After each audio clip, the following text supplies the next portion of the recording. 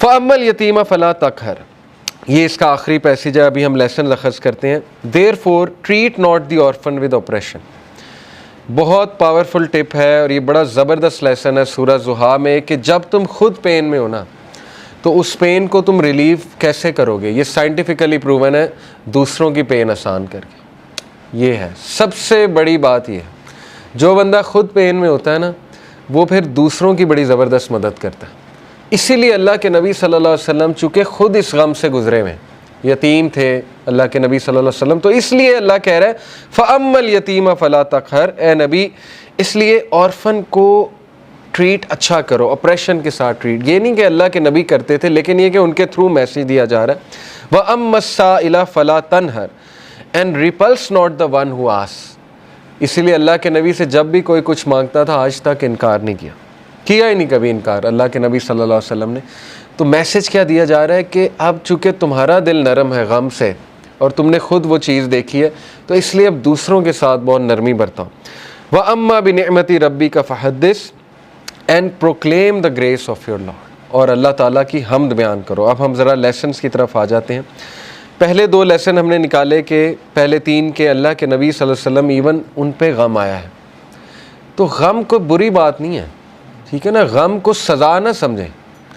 بانو قدسیہ کہا کرتی تھی نا کہ غم کا الیکٹرک شاک، ان کا ایک بڑا زبردست اس پہ کالم ہے، غم کا الیکٹرک شاک اس کا ٹائٹل تھا. انہوں نے کہا کہ غم جو ہے یہ تو روحانیت کی سیڑھی ہے، اور غم اس روحانیت کی سیڑھی پہ چڑھ کے انسان کا جو ہے وہ دل نرم ہوتا ہے، پھر وہ دوسروں کا غم فیل کرتا ہے اور پھر وہ دوسروں کے لیے کچھ کرتا ہے.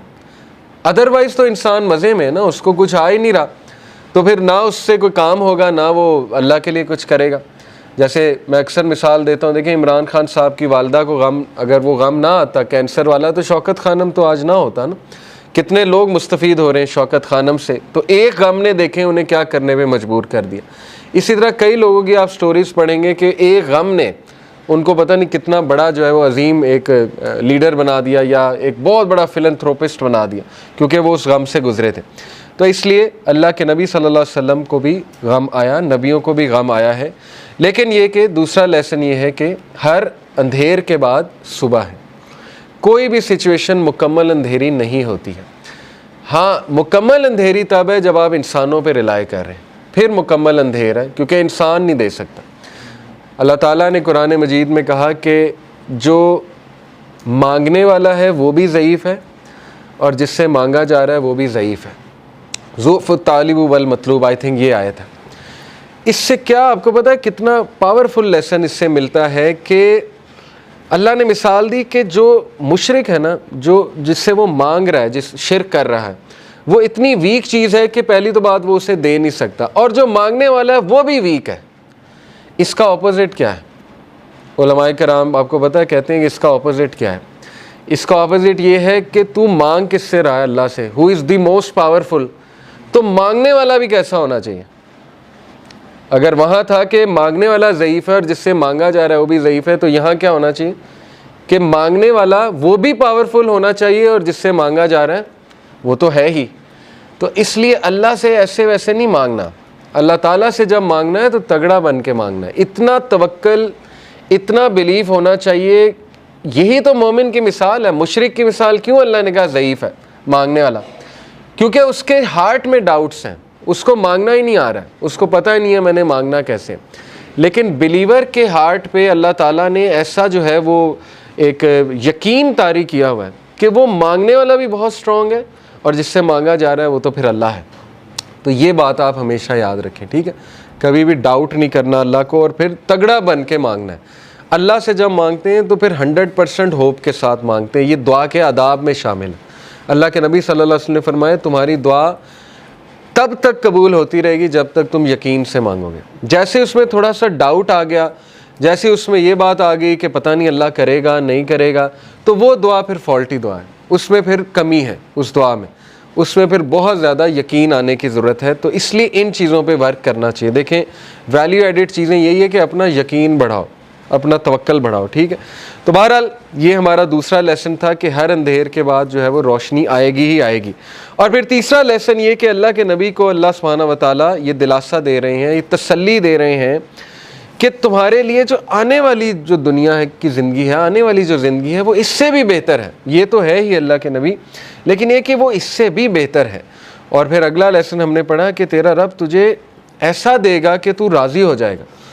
تو یہ یہاں سے یہ ثابت ہوتا ہے کہ اللہ تعالیٰ یہ کہہ رہے ہیں کہ انسان کو اللہ کبھی بھی خالی ہاتھ نہیں چھوڑتا ہے. یہ میں آپ کو ذرا ایک بات بھی بتا دوں.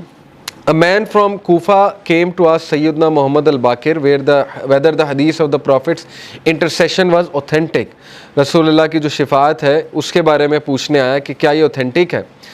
He confirmed that it was, and then he said, you say that the most hopeful verse in the Quran is my slaves who have wronged themselves. یہ انہوں نے کہا کہ سب سے جو ہوپ فل ورس ہے قرآن کی وہ ہے قل یا عبادی الذین اسرفوا علی انفسہم لا تقنطوا من رحمت اللہ. سورہ زمر کی آیت نمبر 53 ہے, میرے بندوں سے کہہ دیجئے کہ جنہوں نے اپنی جانوں پہ اسراف کر لیا, ظلم کر کے ایکسٹریمز پار کر دی ہیں, لا تقنطوا من رحمت اللہ, اللہ کی رحمت سے کبھی بھی مایوس نہ ہو, بے شک اللہ تعالیٰ تمام کے تمام گناہ معاف کر دیتا.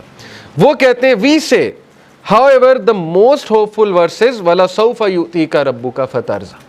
محمد الباقر کا یہ ویو تھا کہ آپ کو پتہ ہے جو پچھلی ورس ہے بہت سے صحابہ کی یہ فیوریٹ ورس تھی, قُلْ يَا عِبَادِيَ الَّذِينَ أَسْرَفُوا عَلَىٰ أَنفُسِهِمْ لَا تَقْنَطُوا مِن رَحْمَتِ اللَّهِ. لیکن محمد الباقر کہتے ہیں کہ میرے نزدیک سب سے جو ہوپ فل ورس ہے قرآن کی ان ہوپ لیس سچویشن وہ ہے وَلَسَوْفَ يُؤْتِيكَ رَبُّكَ فَتَرْضَىٰ, کہ جلد تیرا رب تجھے دے گا اور تو راضی ہو جائے گا.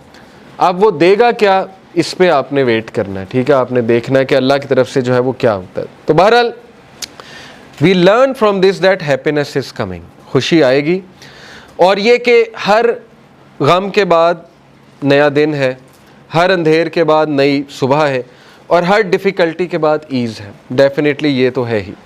اور جیسے اللہ نے کہا سورہ کاف میں, یہ انہوں نے مینشن کیا ہوا تفسیر میں کہ اللہ کہتے ہیں کہ میں اپنے بندے کے جیگولر وین سے بھی زیادہ, شاہ رخ کی جو وین ہوتی ہے اس سے بھی زیادہ قریب ہوں اپنے نالج کے حوالے سے. یعنی اللہ تعالیٰ نگلیکٹ نہیں کر سکتا اپنے بندے کو. اب میں ذرا آپ کو اللہ تعالیٰ کا ایک ایٹریبیوٹ ہے اللطیف. اللطیف کسے کہتے ہیں, اس کے روٹ ورڈز بھی دیکھ لیتے ہیں. سب سے پہلی بات تو اللطیف کہتے ہیں the subtle, the most gentle, the all kind. 7 بار قرآن مجید میں اللہ کا یہ ایٹریبیوٹ آیا لطیف. اور مزے کی بات کہ جب بھی تخلیق کا ذکر اللہ نے کیا تو اس ایٹریبیوٹ کا ذکر کیا اللطیف کا. سورہ ملک میں اللہ تعالیٰ نے کہا نا الا یعلم من خلق وہو اللطیف الخبیر, کہ کیا وہی نہیں جانے گا جس نے تمہیں تخلیق کیا ہے, کیا اس کو ہی نہیں پتا کہ تم کس سچویشن میں ہو, تم کس غم میں ہو, جبکہ وہ لطیف ہے اور خبیر ہے. لطیف ہوتا ہے جو اتنی ٹائنی اور مائنیوٹس ڈیٹیلز کی بھی نظر ہوتی ہے اس. تو شیطان جب یہ کہتا ہے کہ تم میٹر ہی نہیں کرتے, تمہاری حیثیت ہی کوئی نہیں ہے اس پورے نظام میں, تو آپ اسے شیطان کو یہ بتایا کریں کہ اللہ تعالیٰ جو ہے وہ لطیف ہے, اور آپ دیکھیں شیطان بھاگ جائے گا. تو لطیف ہوتا ہے کہ اتنی مائنیوٹ سے مائنیوٹ ڈیٹیل اللہ تعالیٰ نے نوٹ کی ہوئی ہے کہ آپ اگر کبھی صرف اپنی باڈی پہ غور کر لیں, ایک ایک سیل کیسے کام کر رہا ہے, اور اللہ کے کنٹرول میں اللہ کو سجدہ کرتی ہے ہر چیز, چاہتے ہوئے نہ چاہتے. اللہ تعالیٰ کہتے ہیں نا کہ ہر چیز اللہ تعالیٰ کو سجدہ کرتی ہے, ہر چیز اللہ کے تابع ہے. تو اس لیے ہوپ لیسنس کا تو سوال ہی نہیں پیدا ہوتا. بہرحال 7 بار ہی آیا. اللطیف کے ایک معنی میں نے بتایا دا سٹل. سٹل سے مراد ہے کہ بہت زیادہ نظر رکھنے والا, بہت پریسیجن میں جانے والا, بہت لیول کی پریسیجن میں جانے والا. یعنی مائکرو کا بھی مائکرو لیول میں جانے والا, اس لیول پہ پریسائز اللہ تعالیٰ. جیسے حدیث میں آتا ہے نا کہ کالی اندھیری رات میں کالے پتھر کے نیچے کالی چونٹی, اس کے قدموں کی چاپ بھی رب سن رہا ہے. اتنا سٹل ہے, اتنا لطیف ہے اللہ تعالیٰ. تو مومن کی دعا کیسے نہیں سن رہا؟ بات سمجھ میں آنے والی نہیں ہے نا. مومن اگر دل سے کوئی بات کر رہا ہے تو وہ کیسے نہیں اللہ تعالیٰ سن رہا ہے؟ پھر the most gentle, the all kind. پھر یہ کہ ایک میننگ اس کا یہ بھی بنتا ہے the one who disposes of our affairs in the most beneficial way without us even perceiving it. ایک معنی اس کا جو ہے وہ علماء نے یہ بیان کیا ہے کہ اللطیف وہ ذات ہے جو ہمارے معاملات کو اس طرح سے لے کر چلتا ہے ان دا موسٹ پریسائز مینر کہ انسان کو پتہ بھی نہیں لگتا کہ میرا معاملہ کس طرح سے اللہ لے کر جا رہا ہے اور کس عمدہ انداز سے وہ معاملہ جو ہے وہ حل ہو رہا ہے. He is al-Latif to his slave, being kind, gentle and merciful, and he is al-Latif of his slave. He is fully aware of your situation, your deeds, what is in your heart, your thoughts and your desires.